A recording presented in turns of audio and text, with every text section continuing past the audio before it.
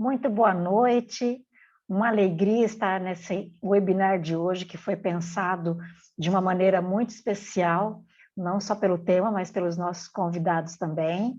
Então, eu saúdo a todos que estão aqui e os que estão chegando já na nossa grande noite de hoje, né?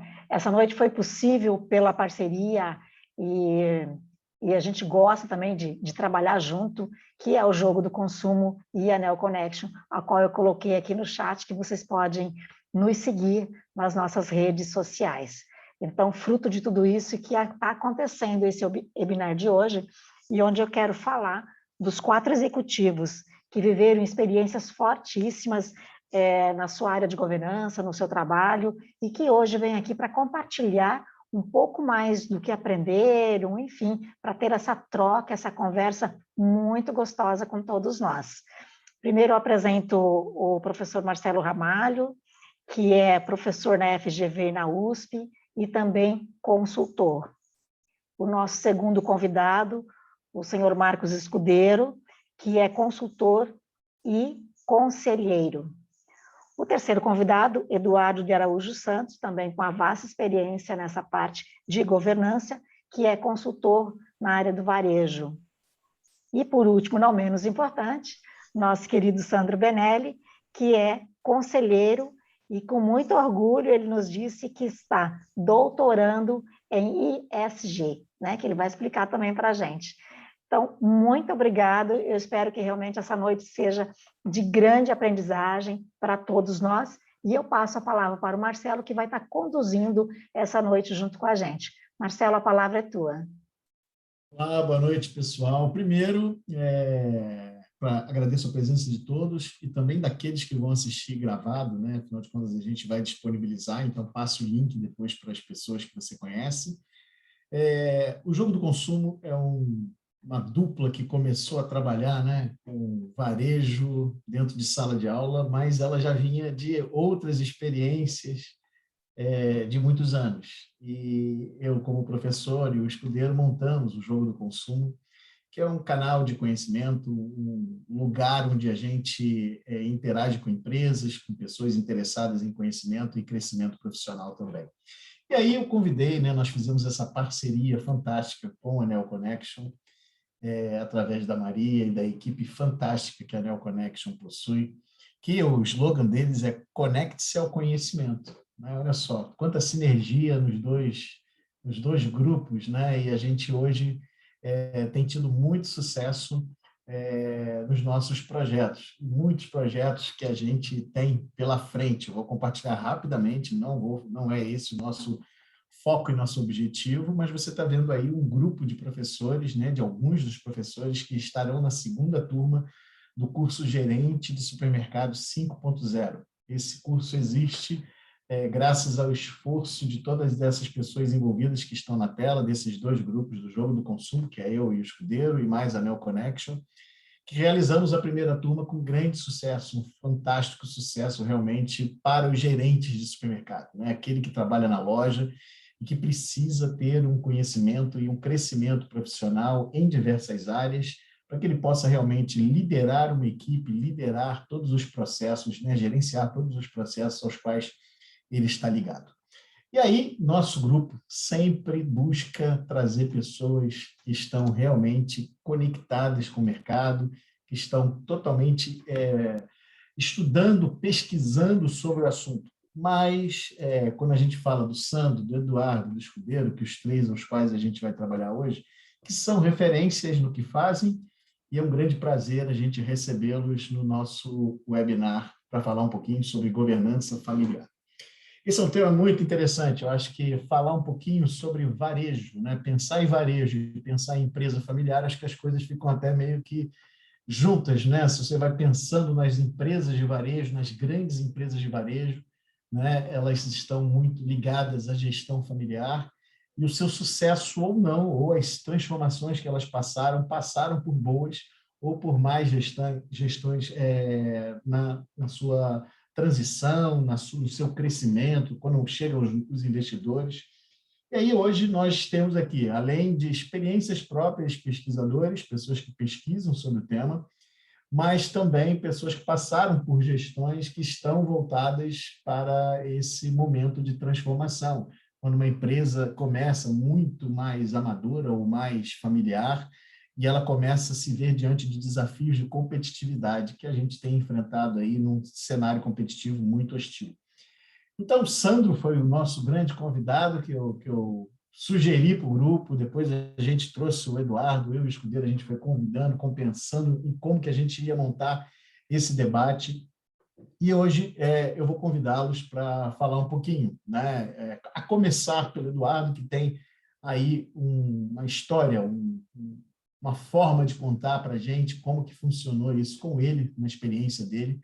E aí a gente vai passando adiante para os demais participantes e também fiquem à vontade para interagir com a gente.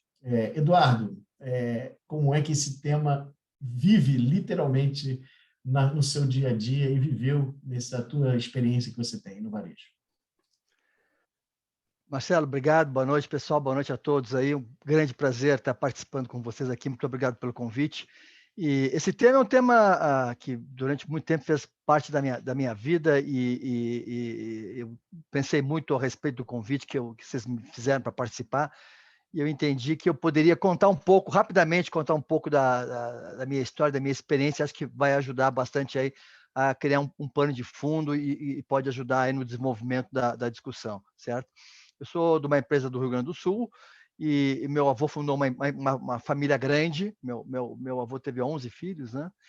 E meu avô fundou uma empresa no início do século, e um atacado, mas tinha uma loja num ponto muito bom em Porto Alegre, muito bom, efetivamente, né?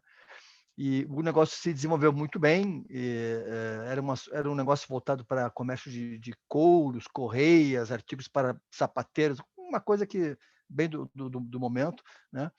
E teve muito sucesso durante muitos anos, criou seus filhos, né? Lá pelas tantas, meu pai e mais dois irmãos assumiram a empresa, né? E anos 50, anos 60, a empresa mudou um pouco o ramo, entrou para o ramo era a época do surgimento da TV no Brasil, então, né?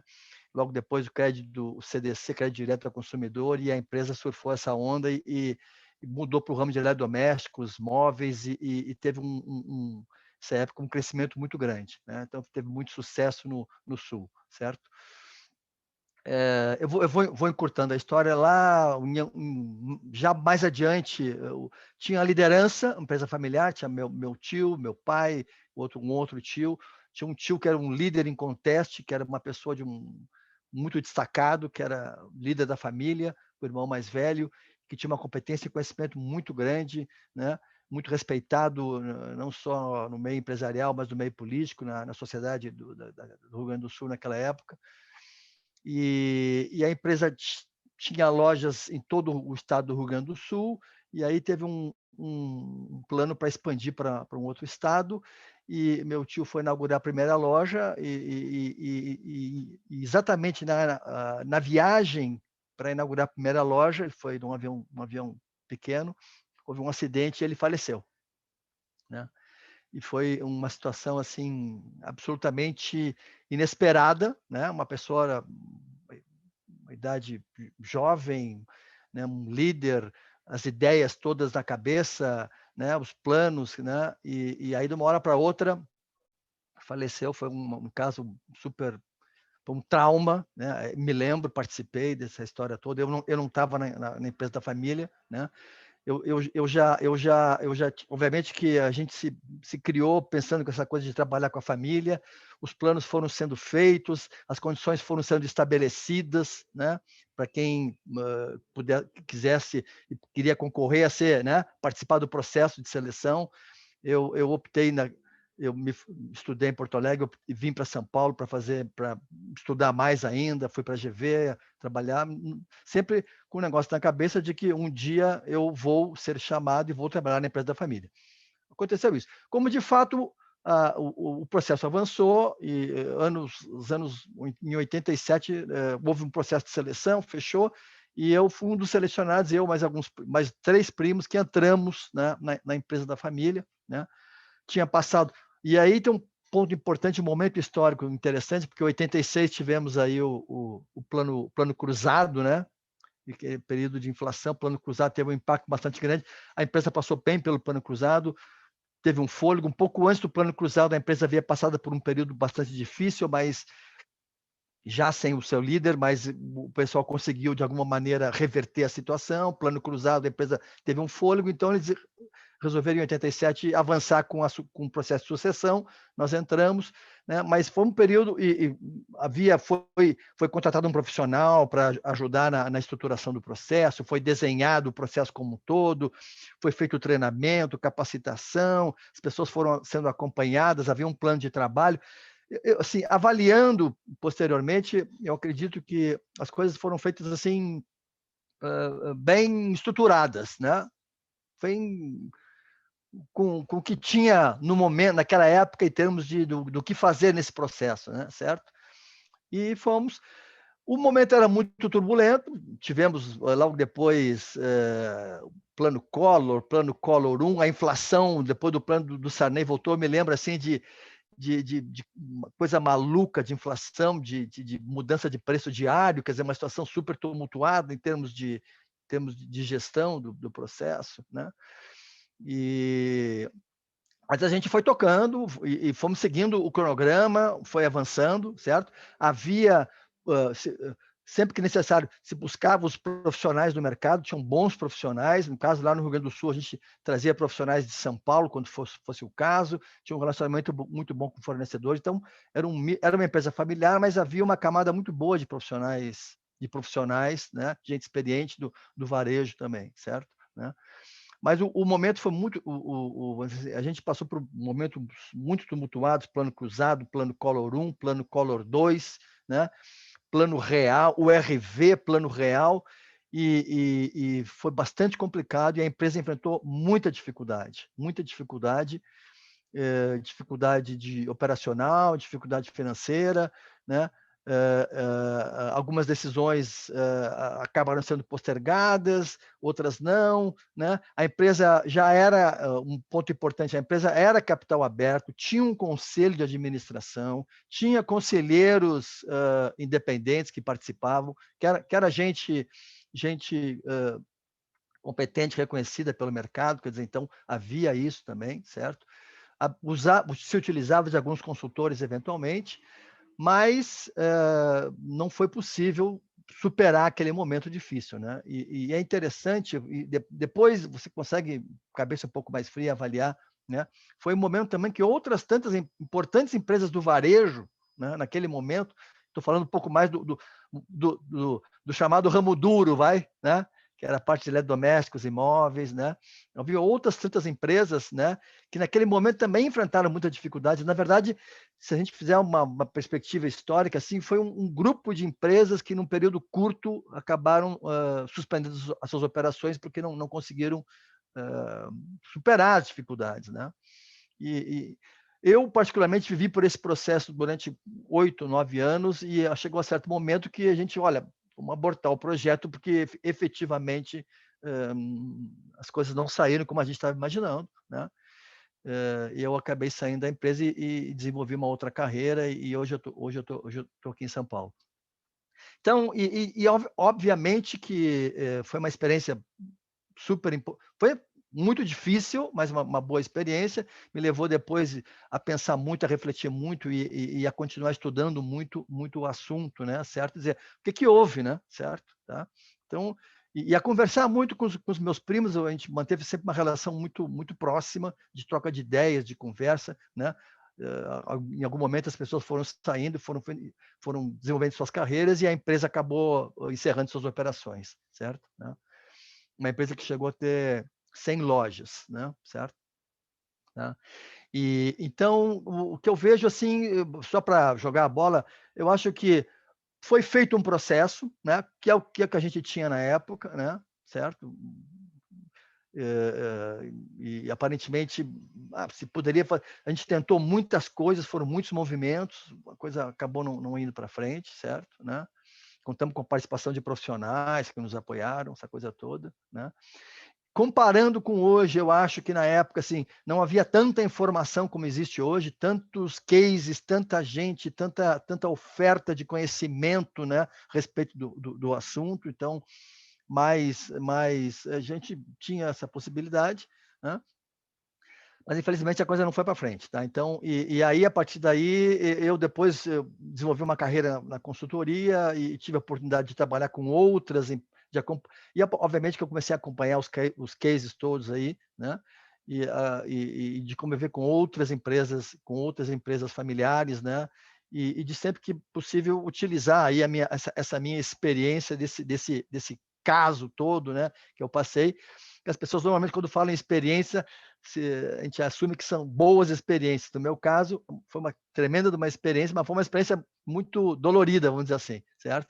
Mas é uma coisa que eu trago comigo, que eu procuro hoje está elaborado, né? Eu procuro dividir, compartilhar, fazer com que possa trazer benefício para outras pessoas, né? No sentido de evoluir, tá? Então, queria dar esse pano de fundo, né? Certo? Ok? E passar a bola para vocês, me colocar à disposição para a gente continuar batendo bola. Tá bom? Tá bem, Marcelo? Perfeito. A gente falou um pouquinho, né, de tanto desses problemas iniciais que foi vivido na pele ali do Eduardo, né, mas a gente até conversava durante um pouco antes de começar aqui, como que, né, já que tem um pedaço do processo decisório, do processo sucessório, mas esse processo sucessório é apenas um dos temas que a gente pode tratar na governança familiar, né? Eu depois vou até falar como eu vi um processo sucessório começar e como ele terminou no final também, mas eu vou passar a bola para o Sandro, né, para ele falar um pouquinho mais. Antes de chegar num bom processo sucessório, a gente precisa ter uma boa governança familiar, e ele tem sido um pesquisador do tema. Eu adoro quando um grande executivo resolve optar pela academia, pelo estudo, pela pesquisa, porque eles ficam invocados. E o Sandro está entrando nesse setor aí de pesquisa e crescendo bastante também. Sandro, é com você agora. Bom, pessoal, obrigado pelo convite. Acho legal ouvir a história do Edu. E, assim, acho que a primeira coisa que vale a pena a gente comentar é que diversos são os motivos que levam esse tipo de coisa a acontecer, né? E a gente começou a falar, de alguns anos para cá, uma palavra mágica que parece que engloba tudo isso aí, que é a tal da governança, né? Então, é como se você tem uma classe de problemas, uma classe de abacaxi para resolver e você dá um nome. Eu acho que facilita o entendimento, porque todo mundo acaba falando da mesma coisa, pelo menos entende. Falando de governança, a gente está mais ou menos entendendo o sentido. Só que, assim, eu acho que tem também uma confusão, eu tenho muito foco quando a gente fala de governança e, às vezes, a gente fica meio que parado no processo sucessório. A gente estava brincando um pouco antes de começar, né? Que o fundamental para ter o processo sucessório é chegar lá primeiro, né? Você precisa chegar lá vivo para discutir a sucessão. Mas, assim, pontos que para mim são super importantes, falando da governança de uma maneira geral. Primeiro, entender o seguinte, pessoal: governança não é uma coisa mágica, né? Governança é um processo. Eu gosto até de chamar assim de sistema de governança, que, no fundo, você precisa ter algumas regras claras. Essas regras podem ser processos, podem ser procedimentos. Você precisa ter muita coisa clara, definida, né? E muito instrumento de controle para olhar se essas coisas que a gente definiu, elas estão acontecendo de verdade. Porque, às vezes, a gente fica lá no plano tático, né? Assim, que nem futebol, quando o time entra para jogar, não é nada daquilo. É fácil no campo porque o resultado é rápido, você vê rapidamente. Agora, no dia a dia do negócio, essas coisas não aparecem rapidamente. As pessoas que estão de fora têm uma visão um pouco errada de falar, mas como é que ninguém viu? Assim, como é que você não vê? Porque da sua perspectiva de dentro do copo do liquidificador é diferente quem está de fora vendo o liquidificador se mexendo. Você está lá dentro. Não é tão fácil. Então, assim, a gente precisa criar algumas coisas que facilitam, que eu costumo dizer, o que facilita? Um conselho de administração facilita. Sozinho funciona? Não, o conselho precisa ter independência, o conselho precisa entender que o papel dele é estratégico, não é se meter no dia a dia. Então tem outro ingrediente? Tem, precisa trazer gente, membro de fora. Mas só isso resolve? Não, a agenda do Conselho de Administração tem que ser uma agenda atuante. E nem que for levantar a bandeirinha e dizer assim, olha, está uma maravilha isso aqui, mas isso aqui não está, a gente já olhou. Isso é um outro exemplo. Mas o que eu acho sempre importante, que eu costumo focar bastante quando eu falo de controle? Olha, é importante para uma empresa isso é uma das coisas que eu acho legal, é a contribuição que eu queria dar, porque a governança são vários ângulos, é o seguinte: primeiro, é importante ter um modelo de sucessão definido para quando acontece uma coisa como isso que o Edu falou, e não é a primeira nem é a última. Tem uma história internacional de um grupo famoso aí que vendeu uma parte do negócio deles para o grupo Carrefour Mundial, isso aí, uns 15, 20 anos atrás, foi englobado, e numa viagem também de jato, de Paris para Londres, o jato caiu e morreu todo mundo. Estava todo mundo lá. Então, assim, uma parte que era uma parte business grande que foi comprado por um fundo, etc. Então, assim, a pau que bate em Francisco, bate em Chico também. Quando a gente não tem bem definido como é que seria o processo de sucessão, nem que não seja uma coisa escrita na pedra, mas uma coisa mais ou menos pré-entendida, às vezes, assim, 1, 2, 3 meses, para pegar no breu, demora.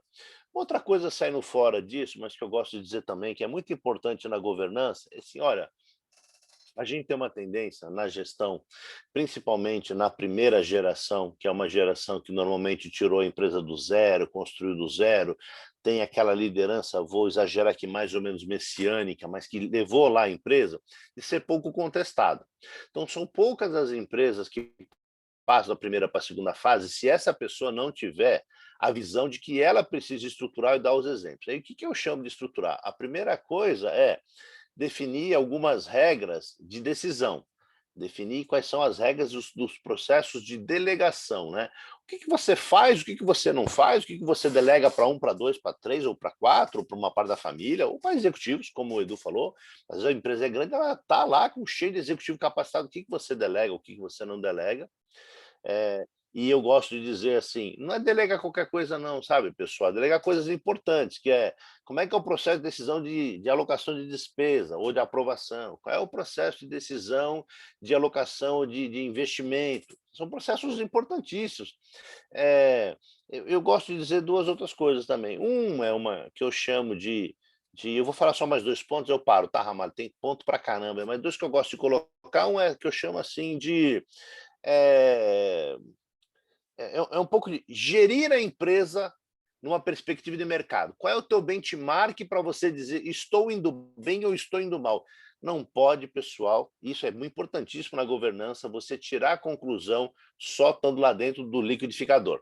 Você precisa ter alguém de fora passando informação para dentro do liquidificador. Não estamos indo bem, não, porque estamos crescendo 10, o mercado está crescendo 20. Não está tão mal, não, estamos caindo 2, o mercado está caindo 18. Então, ou seja, para o bem e para o mal, eu sempre gosto de que parte da governança é uma gestão por indicadores com um reflexo externo do que acontece internamente. Então, eu vou me basear pelo que está acontecendo fora? Em parte, sim. Não é que você vai decidir sua vida pelo que acontece lá fora, mas você vai usar o que a gente chama de benchmark do mercado para ver se aquela performance realmente boa, ela é boa mesmo, se é ruim, ela é ruim mesmo. E o último ponto que eu gostaria de dizer é o seguinte: precisa ter uma coisa que eu gosto de chamar de política de consequência. Sim, a empresa precisa ter definida quais são as consequências para uma boa performance, para uma má performance, para uma coisa que a gente aceita, para uma coisa que a gente não aceita, para aquilo que a gente acredita que está abaixo daquilo que são nossos valores, etc. Normalmente as empresas se preocupam em fazer plano de carreira, retenção de carreira, plano de benefício, plano de bônus, etc. Beleza. Tem que fazer mesmo, porque a gente vive muito mais do lado positivo do que do negativo. Mas numa emergência, como é que a gente age no momento, né, negativo? Qual é a política de consequência? Eu vou deixar para debater isso na hora? Minha visão é, principalmente em gestão de empresa familiar, tudo que a gente deixa para discutir no calor do momento acaba enrolando a macarronada do domingo. Então, para que a macarronada do domingo não venha para dentro da empresa, mas que a empresa também não vá para a macarronada, porque aí você estraga o negócio da família, é bom deixar essas coisas bem claras.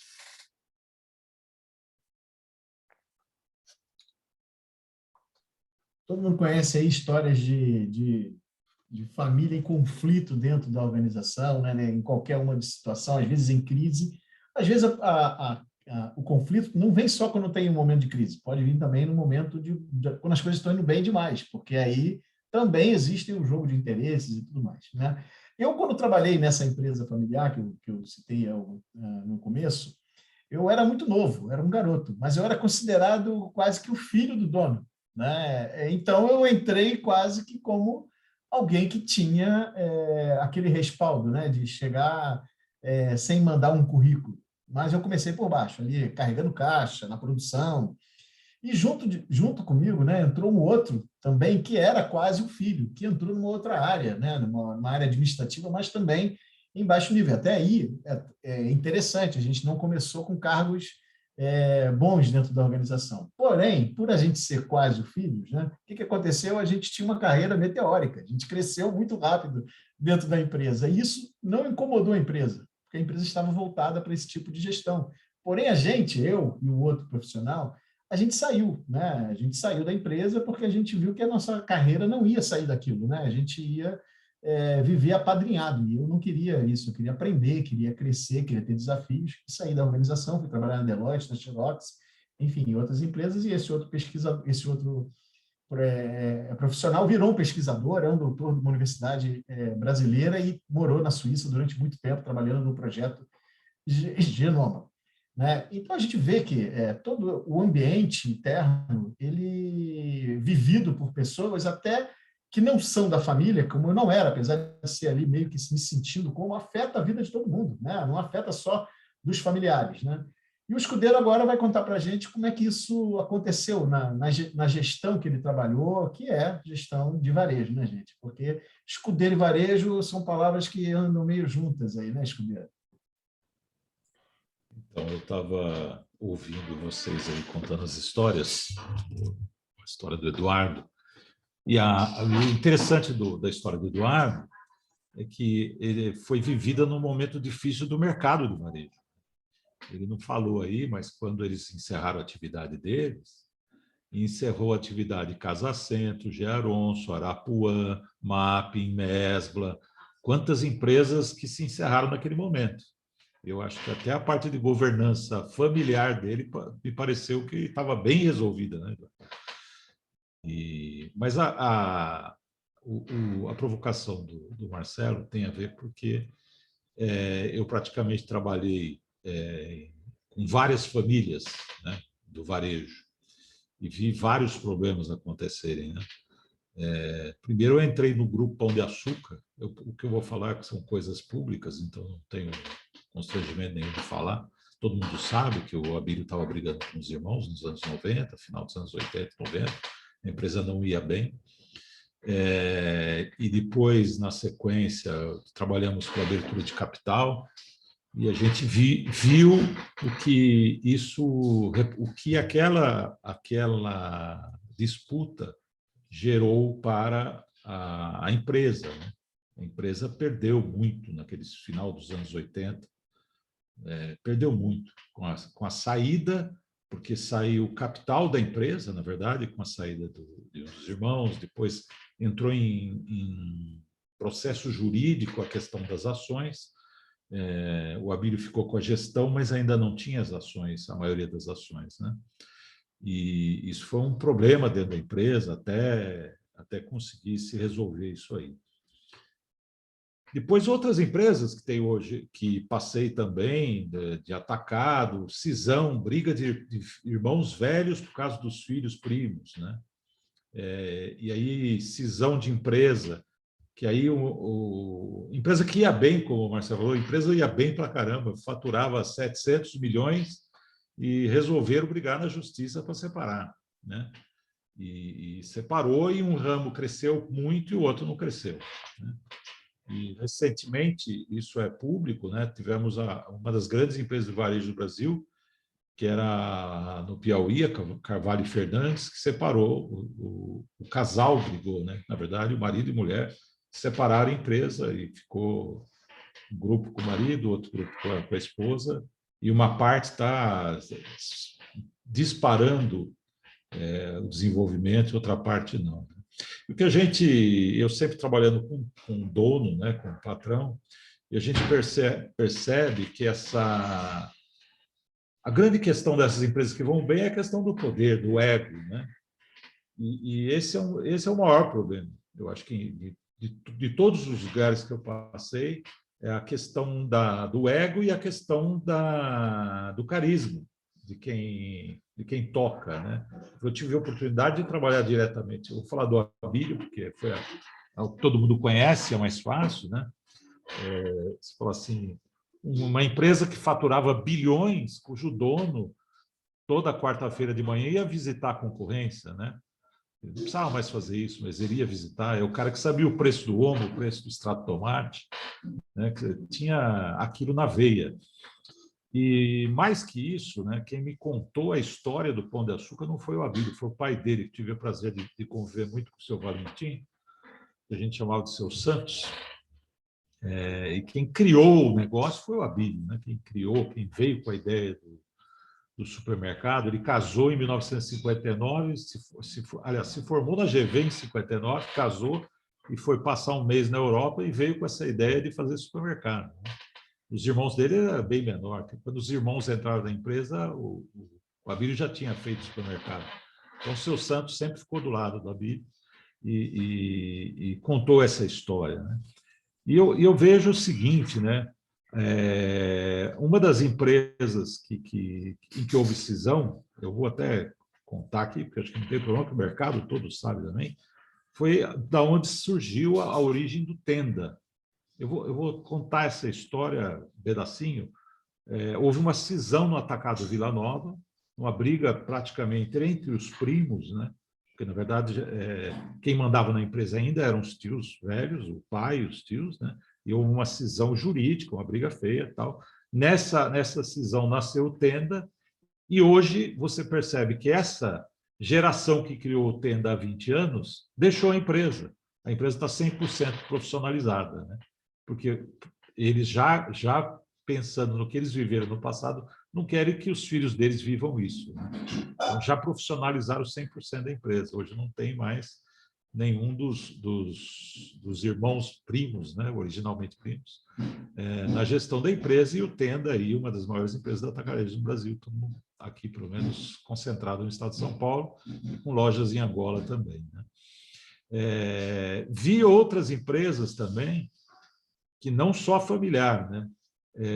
Empresas em que os sócios, 3 sócios, falaram assim: nós somos amigos, nós vamos manter sempre a empresa assim. E aí, por falta de brigar, é que quebraram, né? Porque cada um relevava o defeito dos outros, né? Então, o lado da gestão não está bem escrita, né? E não está bem... Acabou que um só ficou com a empresa, né? Os outros 2 saíram. Essa experiência para o lado executivo é complicada. Por exemplo, eu tive a oportunidade de trabalhar em outra rede, que são 28 primos, né? E que selecionaram 4 primos para tocar a empresa. E que também não é uma solução muito acordada, porque foi imposta pelos velhos, né? Um dia isso pode gerar alguma cisão, se não houver a interferência, o chamamento de alguém externo, né? Eu tive a oportunidade eu tenho a oportunidade de ser sócio do IBGC, que é o Instituto Brasileiro de Governança Corporativa. Uma das coisas que sempre se fala quando há uma transformação, a primeira coisa antes de profissionalizar uma empresa, aí estou entrando numa outra área, mas tem que ver com a governança, é começar pelo alguém externo ajudar, um conselho consultivo ajudar na profissionalização. Porque outra coisa que a gente viu bastante no varejo, que é um pouco de ilusão que se tem, é que muitas empresas familiares falam assim: agora eu vou profissionalizar. Aí vai lá e contrata o presidente da empresa. Logo de cara, pega um cara lá, vou falar da empresa que não tem mais aqui no Brasil, não, pega um cara lá do Walmart e chama para ser presidente daquela empresinha pequena. Entendeu? O cara que não viveu empresa familiar, que não viveu com caixa apertado, né? O cara que teve que planejar cada passo. E aí você vê empresas que quase sucumbiram, empresas que sucumbiram por esse motivo, né? Tem também. Então, o processo de governança ajuda, inclusive, a iniciar um processo de profissionalização da empresa, né? Quer dizer, o consultivo, o conselho consultivo vem antes da profissionalização, né? Porque não adianta pegar... vamos entregar a empresa para o Sandro lá, né? O Sandro que toque, entendeu? O Sandro não sabe qual foi a história da empresa, a cultura da empresa. Ele chega lá com todo o conhecimento dele, e os sócios não se acertaram, a família não vai achar que ele vai fazer tudo que já foi feito. Então, essa parte eu não gosto de chamar de consultoria, mas a parte de consultoria, de conselhamento consultivo, deveria vir antes do profissional. Porque acaba que a gente viu vários casos aí da empresa. Eu falo que a culpa é de quem? A culpa é de todos, né? Primeiro, a empresa que contratou o cara e o cara que aceitou pegar essa bucha, né? Vou chamar assim. Isso aí tem afetado muito o mercado, a gente não enxerga muito, porque essas coisas não são escritas muito na imprensa, a não ser dos casos que eu contei aqui que ficaram públicos, mas tem muita coisa acontecendo hoje. Tem empresas que têm o filho do fundador sentado na cadeira e não sai de jeito nenhum, e a empresa está indo bem, mas a gente não consegue enxergar um futuro muito longo, né? Porque a Covid, por exemplo, levou algumas pessoas, e aí entrou a disputa, né? Quem que senta na cadeira? Né? Isso marcou muito a minha vida, eu sempre, quando encontro alguns desses amigos dessa época, eu falo assim, aprendemos muito, né? E tem muito o que fazer, né, nessas companhias. Eu acho que a gente fala varejo porque a gente vive no varejo, mas você fala assim, quais empresas hoje no Brasil não são familiares? Né? Dá para contar na mão. Dá para contar na mão, você vai falar. E mesmo assim tem uma ligação familiar, né? Porque você fala, o Grupo Pão de Açúcar é Casino, que tem o francês Argelino lá, que é como é que chama ele mesmo, Sandro? Você lembra o nome dele? Jean-Charles Henry. No Rio. Aí você fala, o Carrefour já mudou de dono, já é outro grupo, mas quem mais tem de internacional aqui? Não tem mais. A Advent vendeu para o Carrefour, agora o que era o Big, né? O resto é praticamente tudo familiar, não tem. E nos outros ramos também, né? Nos outros ramos tem a Renner, que virou empresa de bolsa, né? Saiu a família. Mas, o Flávio Rocha, da Riachuelo. O Grupo Mateus, que abriu capital, é a família do Grupo Mateus, né? Até profissionalizou bem até. Mas é a origem familiar. E os 99,9% das outras empresas, né? Então, é um assunto que tem que ser mais conversado e discutido. Mas agora, terminando a minha história, né, que eu comecei a contar lá no começo, né, eu comecei a trabalhar nessa empresa muito novinho, né, convidado por um dos herdeiros, e acabei virando quase que um filho, né? Para você ter uma ideia, tinha muito dinheiro rolando, né? Lá, o dono mesmo, os donos, eles não vendiam mais carros, eles davam os carros. Então eu ganhava automóvel, eu ganhava um monte de coisa, né? Ganhava muito dinheiro nessa época, né? Porque eles não gostavam de ver ninguém tendo pouco. Ele queria que aquelas pessoas que eram consideradas família fossem abastadas e ficassem bem. E aí começou o processo, né, sucessório, isso década de 90, né, final da década de 80 para 90 ali. E esse processo sucessório começou na empresa, que tinha esse cenário, né, de ganhando muito dinheiro, né, muita inflação, muita gestão em cima de estoque e especulação e tudo mais, e o advogado, contrataram um advogado, né, fizeram um escritório interno de advocacia para fazer todo o processo. O advogado era um parente de uma das partes da família, então totalmente um processo já corrompido, né? Eu saí da empresa, como eu falei para vocês, e voltei 25 anos depois, dessa vez como diretor executivo da empresa.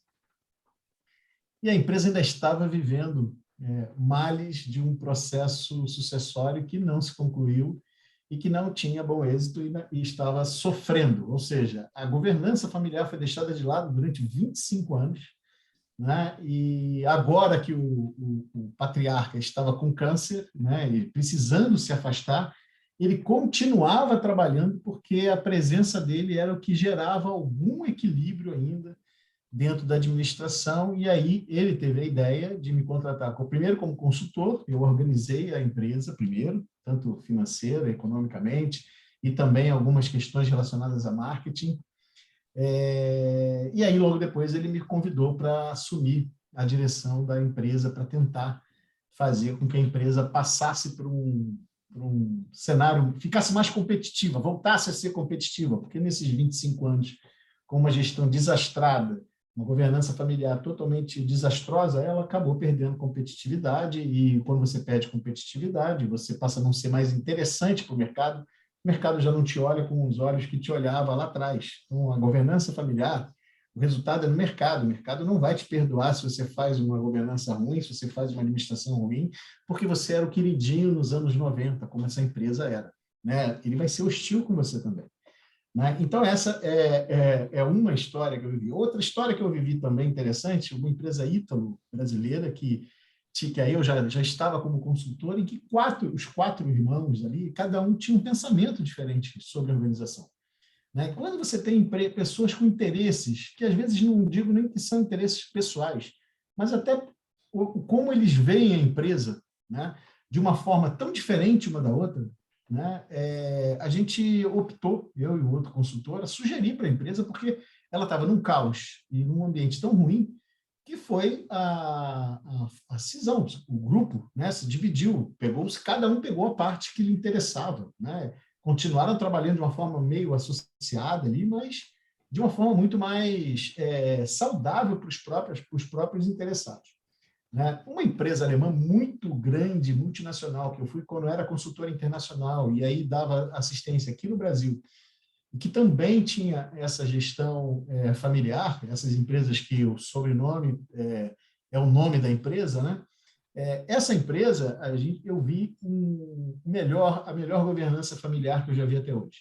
De uma empresa dos familiares reconhecerem que eles precisavam dessa ajuda profissional, desse conselho de fora, de buscar pessoas sem o sobrenome delas, né? Sem a visão delas, para trazer uma visão nova para a organização, por mesmo sendo uma empresa alemã de alta qualidade no que fazia, líder de mercado, o chinês também não vai te perdoar, né? Se você se manter antiquado e pensando nos seus próprios interesses, nos interesses que você apenas está olhando os seus próprios interesses, ou até mesmo do que você acha que é valioso para a empresa, ou o que é valioso para você como herdeiro. O Mirko tem uma pergunta aqui, né, bem interessante, né? Ele salva a todos boa noite, e ele está num processo sucessório, né, para uma empresa familiar, e ele quer saber como é que ele estrutura, né, um bom sistema de governança. E aí ele fala aqui uma questão que eu vou trazer para vocês comentarem para mim. Atualmente estamos iniciando uma governança familiar, criar um conselho de família, né? E estamos trabalhando em acordos de família. O que vocês acham? Isso é um bom caminho? Aí eu abro aí para... Vamos manter a ordem como a gente estava, né? Tá bom. Falando aí. O Eduardo vai fazer um comentário vai rápido. Fazer um comentário rápido, já passa a bola. Eu acho a gente teve uma série de histórias super interessantes aqui, muito bacana. Então, para mim que fica claro, e já tinha isso na cabeça, que cada caso é um caso, né? Não existe uma receita de bolo, certo? Né? Obviamente que tem alguns princípios que são importantes, mas cada caso é um caso e, na verdade, você tem que perceber o que está rolando. E aí, um segundo ponto é uma questão assim, de desenvolvimento de nível de consciência, de entendimento da situação, né? Pô, vamos fazer o que tem que ser feito, mas vamos acompanhar para ver se efetivamente os resultados que estão acontecendo é o que a gente estava esperando, né? Eu acho que você tem uma facilidade hoje que são muitos cases, muita informação, tem que aproveitar isso, né? Mas isso não garante nada, né? E o último ponto que eu queria comentar, foi comentado aqui também, é a questão da liderança, né? O papel da liderança na condução do processo, na questão da família, na questão da empresa, né? Muitas vezes você tem um líder em conteste, uma pessoa que tem uma cabeça muito boa, que tem uma capacidade de aglomerar gente na volta, né? E consegue avançar. Muitas vezes não tem essa situação. Você vai ter que criar um conselho familiar com um processo de gestão, de decisão, certo? Então, quer dizer, acho importante a gente qual é o principal modelo, qual é o modelo que funciona melhor, que não funciona. Eu acho que existem vários modelos, cada caso é um caso e tem alguns princípios importantes que a gente tem que estar atento.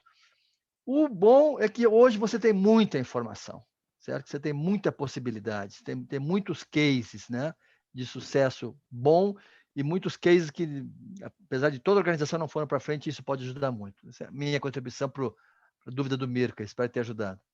Perfeito, Eduardo. Sandro?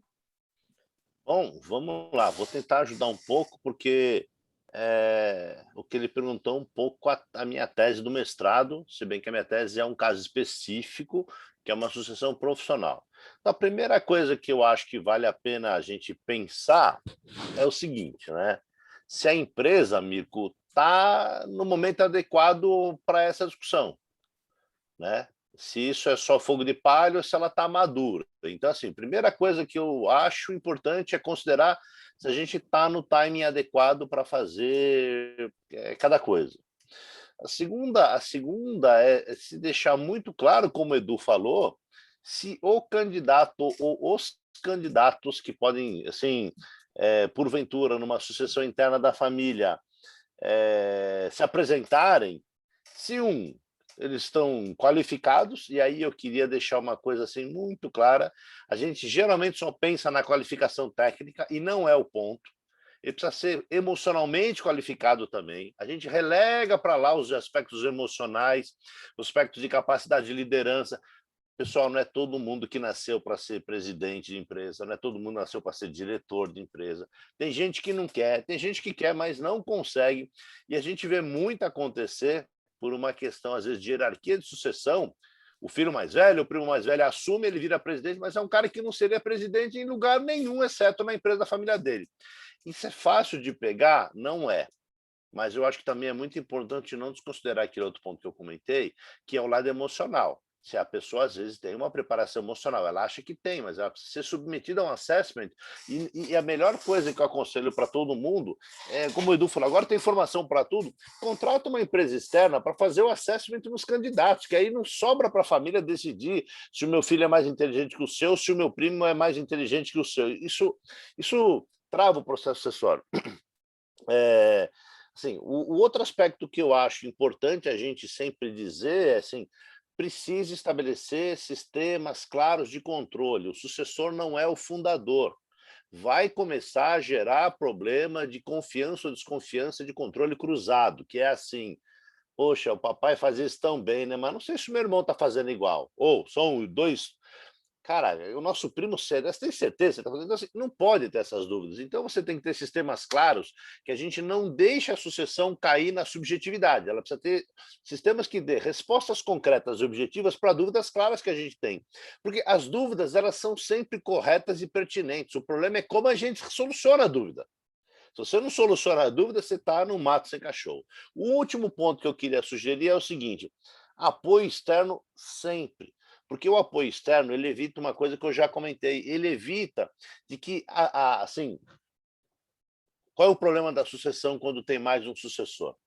É que escolha na vida da gente significa escolher uma coisa, significa renunciar às outras. E os renunciados, eles se sentem, mesmo que seja um processo, o cara fale que não, ele se sente de alguma coisa diminuído.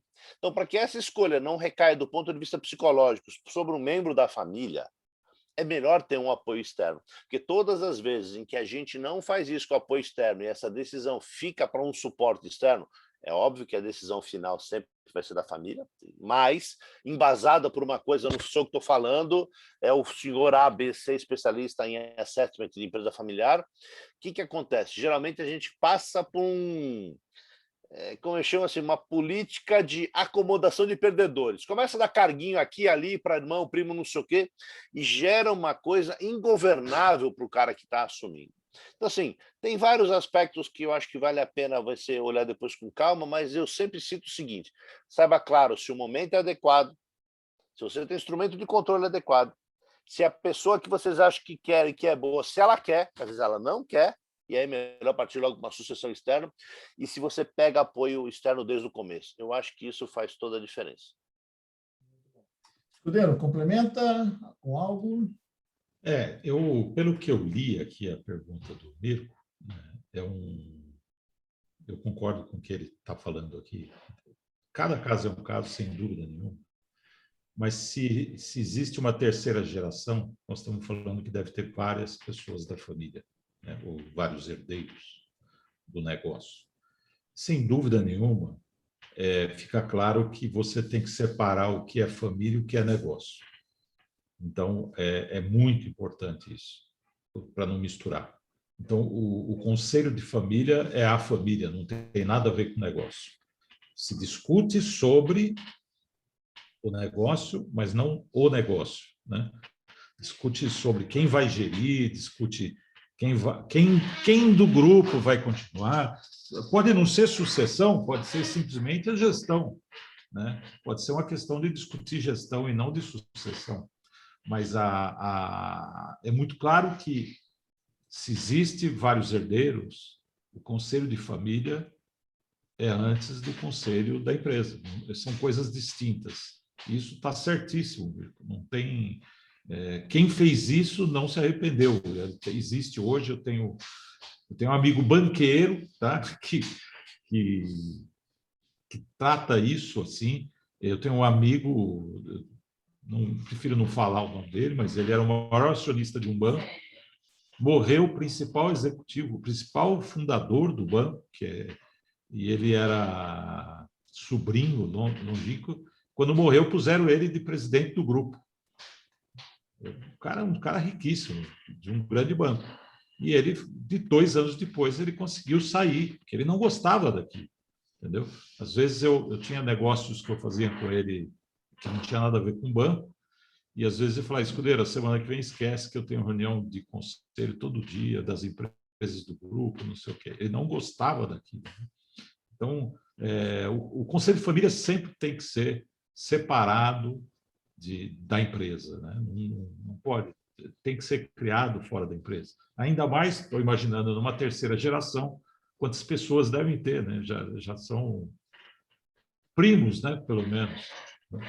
E aí, quando você tem muitas gerações, entram questões interessantes, né? Que são interesses pessoais de curto ou longo prazo, porque os mais jovens vão ter interesses de longo prazo, porque se eles querem e estão desejando ali permanecer por algum motivo, ou expandir a empresa, ou trazer as próprias ideias, já os mais velhos podem ter outros tipos de interesse. Existe aí também a gestão dessas gerações, que é muito relevante, né? De repente, como o Sandro falou, pode ter um filho, alguém falando meu filho ou seu filho, mas pode ter uma pessoa mais velha, como eu, como Escudeiro ou Eduardo, que não, a gente quer ficar aqui. É o filho dele que vai entrar, mas eles não vão lidar com o meu filho, vão lidar comigo. Então, existem aí uma série de questões. E dentro desse ambiente, vocês vão enfrentar tanto interesse pessoal ou pessoas vendo o interesse da própria empresa, mas também vão enfrentar momentos em que vai ser de pura vaidade e de pura disputa de poder. E a gente tem que entender que isso é natural acontecer até quando a empresa já está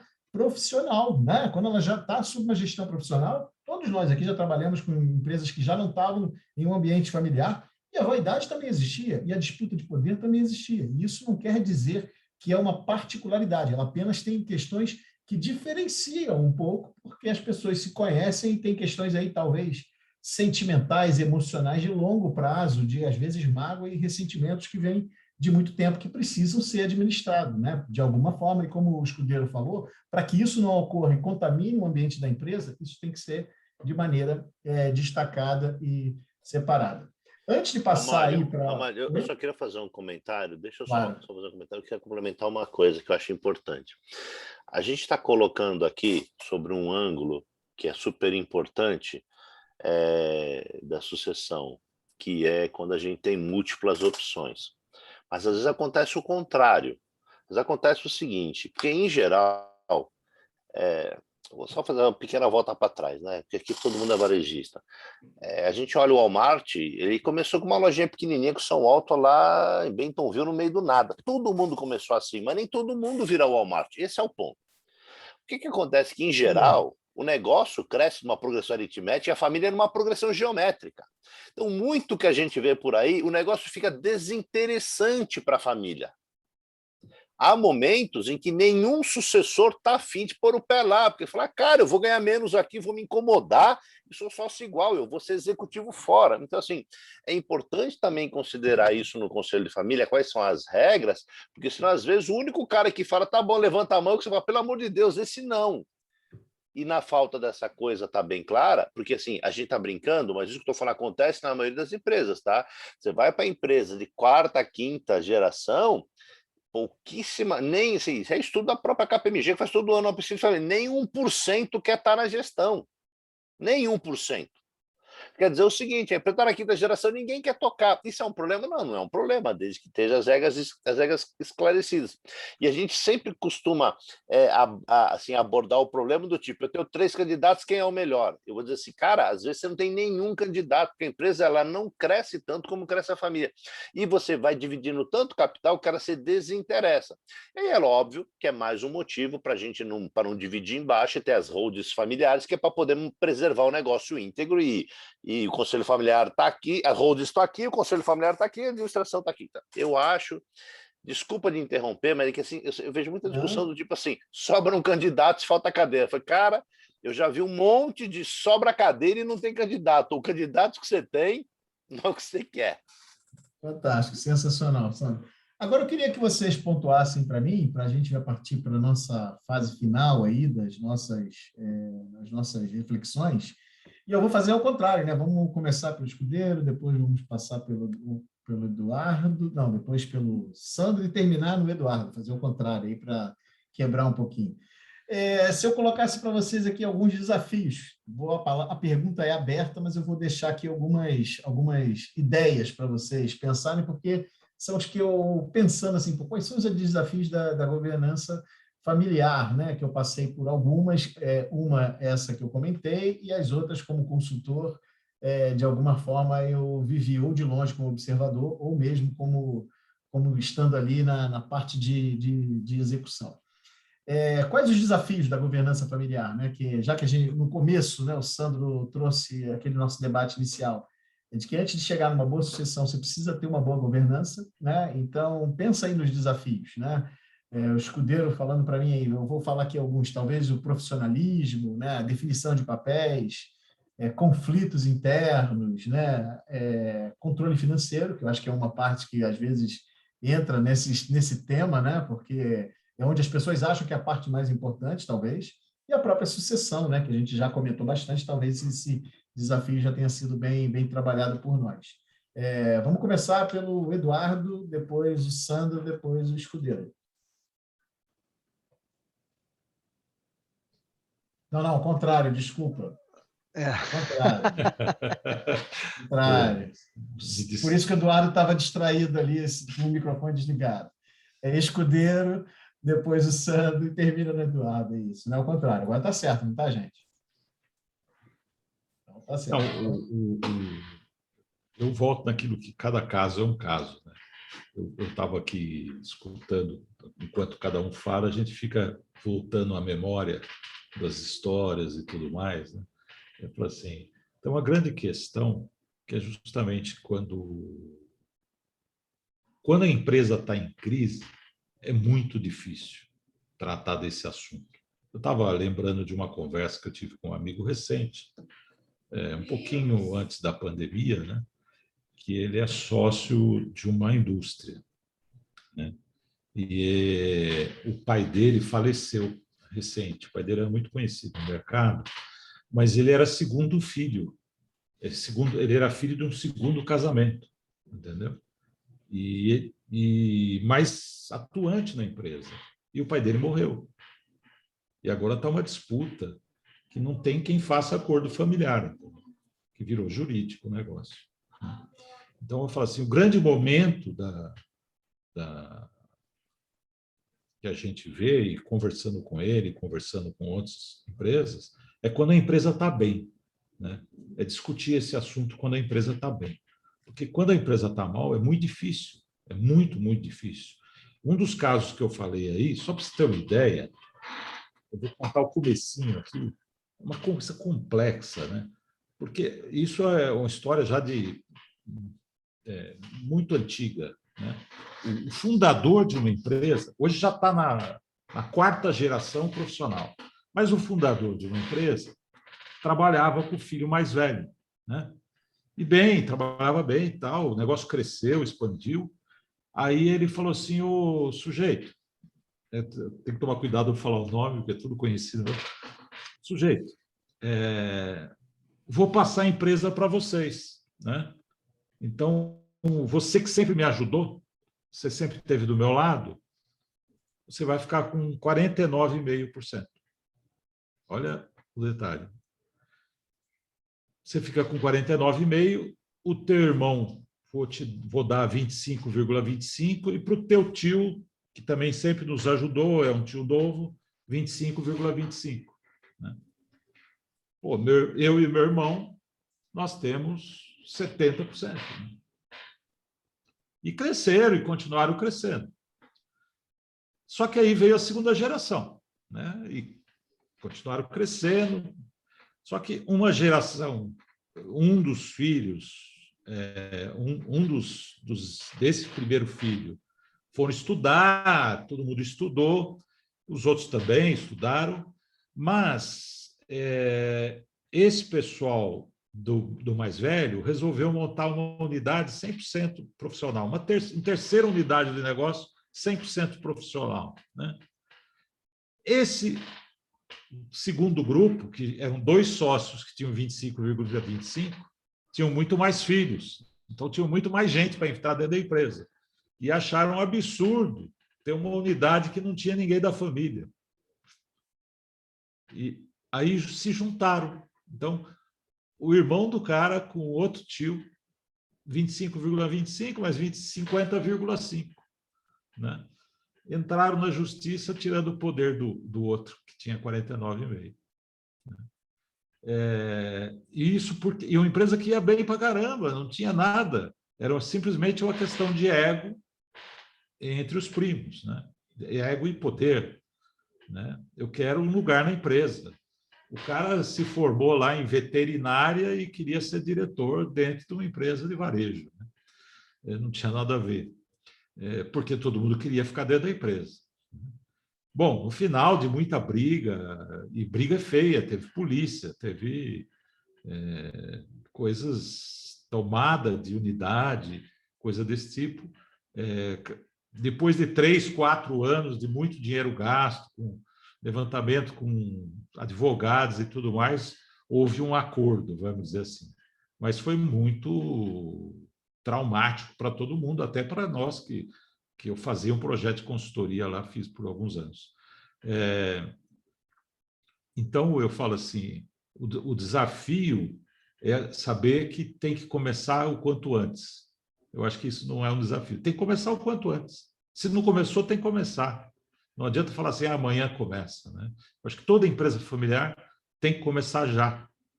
Começar já a discutir, fazer os acordos, como o Tico falou, o Mirko falou, que estavam fazendo os acordos. Os acordos que eu falo da gestão familiar é o sistema que o Sandro estava falando, né? Para ter regras claras, né? Regras claras, dentro de um sistema, dentro de um modelo. E quando começa cedo, não vai ter problema. Né? Eu vou falar daquele meu amigo banqueiro, é a família Vilela e o Setúbal. Né? Então, eu tenho uma amizade com o Alfredo Vilela, e ele é o maior herdeiro do banco, mas não gostava do banco. Ele nasceu herdeiro, os pais dele, o pai e a mãe morreram num acidente de avião, eles tinham 10, 11 anos de idade. Né? E a tia Milu que cuidou deles, na verdade. Né? E o dia que o Olavo Setúbal morreu, que ele sentou na cadeira, ele ficou 2, 3 anos. Assim, ele era um cara totalmente low profile, de repente descobriram que ele existia, começaram a aparecer na TV. Era um cara que andava com um carro normal, sem segurança, sem nada. De repente, teve um tranco na vida. Tanto é que ele já saiu do banco, não está mais, está cuidando de outras coisas que ele gosta. Né? Mas esse é um desafio grande. Legal. Sandro. Bom, eu vou falar de 2 desafios diferentes, cada um por uma característica de família diferente. Assim, e São coisas que eu vivi, porque assim, a maioria das pessoas que me conhecem sabe que como escudeiro, talvez um pouquinho depois, mas eu também estou no varejo desde dezembro de 87, mas os últimos anos, né, os últimos 10 anos, eu fui presidente de 4 empresas familiares e no conselho de administração consultivo de 3, então eu estou com 7 experiências em empresas familiares. Então, a primeira coisa que eu queria dizer é o seguinte, o que eu vejo de muita atenção numa empresa que é comandada por um líder só. Seja a primeira, a segunda geração, não importa, mas que você tem um líder identificado, não tem uma disputa de poder. Cara, conseguir sobreviver ao estágio que a empresa normalmente chega, que é de estabilidade, que o primeiro estágio é aquele estágio infância, né? Eu costumo dizer, do mesmo jeito que eu falei lá atrás, que todo Walmart começa pequenininho, e o dono não fala assim, eu sou pequenininho, mas um dia eu vou ter 2 milhões de funcionários. Ninguém pensa assim. O cara fala assim, cara, tô aqui, não sei o que fazer, tô com uma graninha, vou eu e minha esposa, vamos montar um negócio aí. Assim, para quase todos todos os varejistas, assim. Só que assim, por que às vezes a empresa chega lá ou não chega lá? Pelo aquilo que, na minha opinião, quando tem um líder só, é o que eu acho que é o mais importante na atenção na governança, é saber claramente o que se espera de cada líder ou da própria empresa em cada estágio. No primeiro estágio, que é o estágio que a gente chama de infância, o líder basta, ele só precisa convencer as pessoas internamente, como se fosse mesmo messiânico, todo mundo segue ele, porque ele pega o cara do vizinho da rua de trás, o cara da porta da frente, o primo do lado, todo mundo desempregado, dá emprego para todo mundo acredita, e ninguém está preocupado. Mas aí ele vai crescendo, a empresa passa pelaquela fase que a gente chama da estabilidade, e aí vem o primeiro risco, tá? O primeiro risco de governança.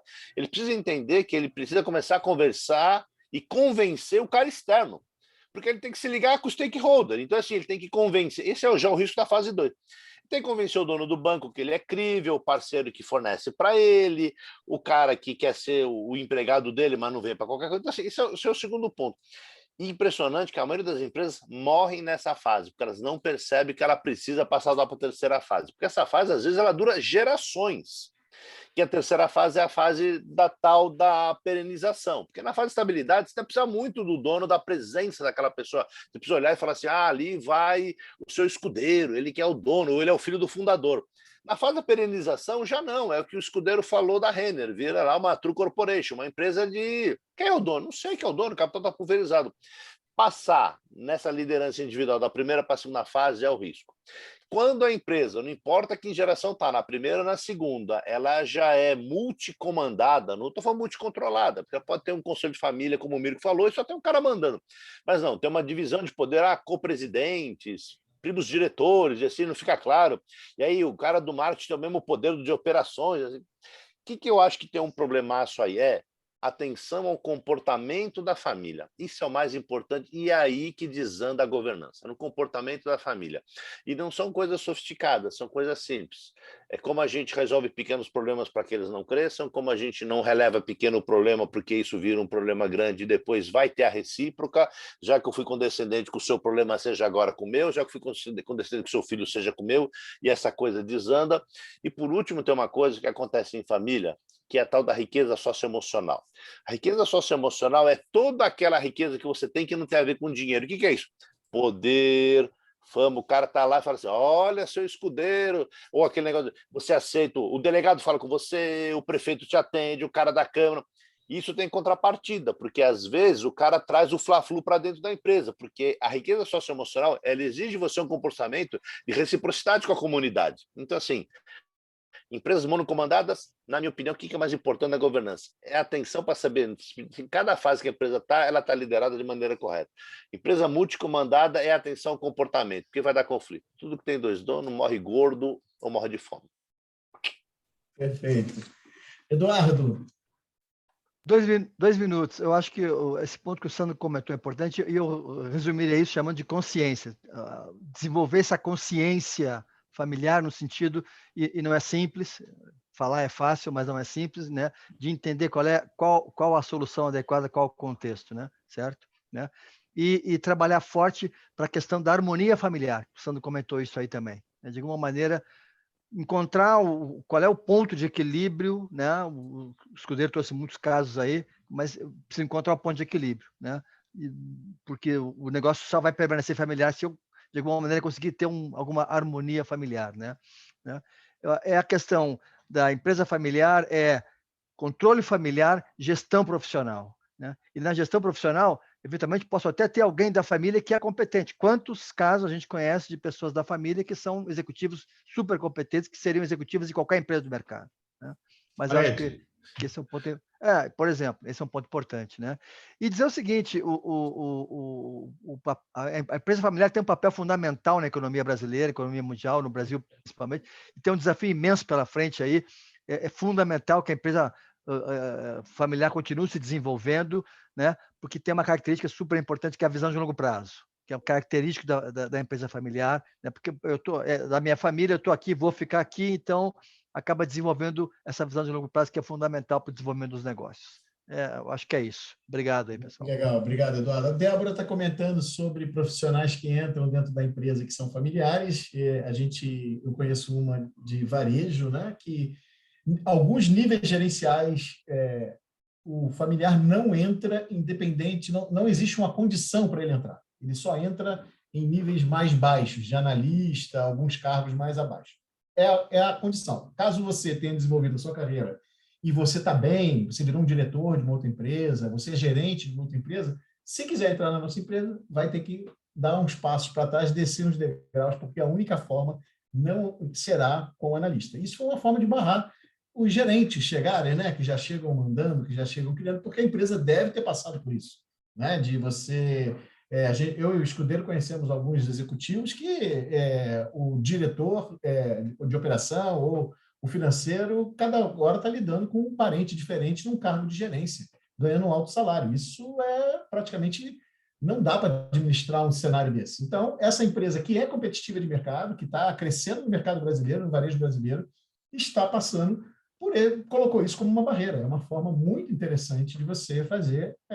Quer entrar, tudo bem, mas é analista, aí tem lá, talvez subgerente, alguma coisa assim. Enfim, mas tem um nível para cima que você não consegue entrar sendo familiar da empresa.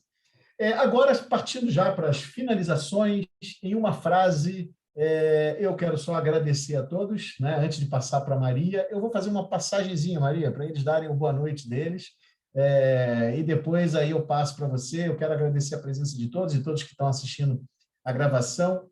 Não tem como agradecer a Neo Connection por viabilizar os sonhos do jogo do consumo. É assim que eu digo. Se a Neo Connection gosta de conhecimento, então acho que a gente está fazendo aí um bom trabalho com eles e temos nos esforçado para isso. Quero agradecer ao Eduardo, ao Escudeiro, ao Sandro pela participação, pelo empenho, pela dedicação, por uma sexta-feira, né? Nós vamos sextar juntos agora, né? Mas antes eu quero passar para o Eduardo, para o Escudeiro e para o Sandro aí se despedirem e darem o seu boa noite. Obrigado a todos e uma boa noite. Pessoal, boa noite, obrigado. Espero ter contribuído. Estou à disposição e desejo aí muito sucesso, muita sorte para todo mundo aí nos seus desafios, nas suas empreitadas. Obrigado. Bom, eu queria agradecer a todo mundo e muito lisonjeado pelo convite. Como o Edu falou, a gente está à disposição. Acho que vocês mandarem aí dúvidas aí para o pessoal, a gente dá um jeito depois de responder em off, por e-mail, etc. E eu gostaria de falar uma coisa. Quem quiser entender, aprender um pouco mais da história do varejo, leia a tese de dissertação do Marcos Escudeiro, que é uma tese autobiográfica que fala de uma parte importante do varejo brasileiro. Não dá para entender varejo brasileiro. E olha que eu estou há mais de 30 anos também. Eu li lá e vi coisas que eu nem sabia que existia na minha vida. Então, assim, leiam a tese do Escudeiro. Quem gosta de varejo, é óbvio. Vou falar o quê agora? Obrigado, leia a tese do Sandro. Leia a tese do Sandro, porque a tese do Sandro é de sucessão, né? Mas, enfim, eu acho que essas experiências, quando a gente vai adquirindo, né, vai somando e vai ganhando também serenidade para tratar com esses assuntos, né? Então, muito obrigado pela oportunidade de estar junto. Obrigado a Neo Connection, Marcelo por essa parceria aí do Jogo do Consumo, e nossos amigos aí, o Sandro, o Eduardo e todos que estiveram presentes ou estão assistindo a gravação. Muito obrigado. Muito obrigada, pessoal. Nós encerramos por aqui, mas eu só queria dizer que, gente, com essas mentes brilhantes, sextou, como diz o Marcelo, a gente só cresce, só engrandece, né? E esse slogan mesmo que a NeoConnect tem, de conectar ao conhecimento, nós nos conectamos ao conhecimento diariamente.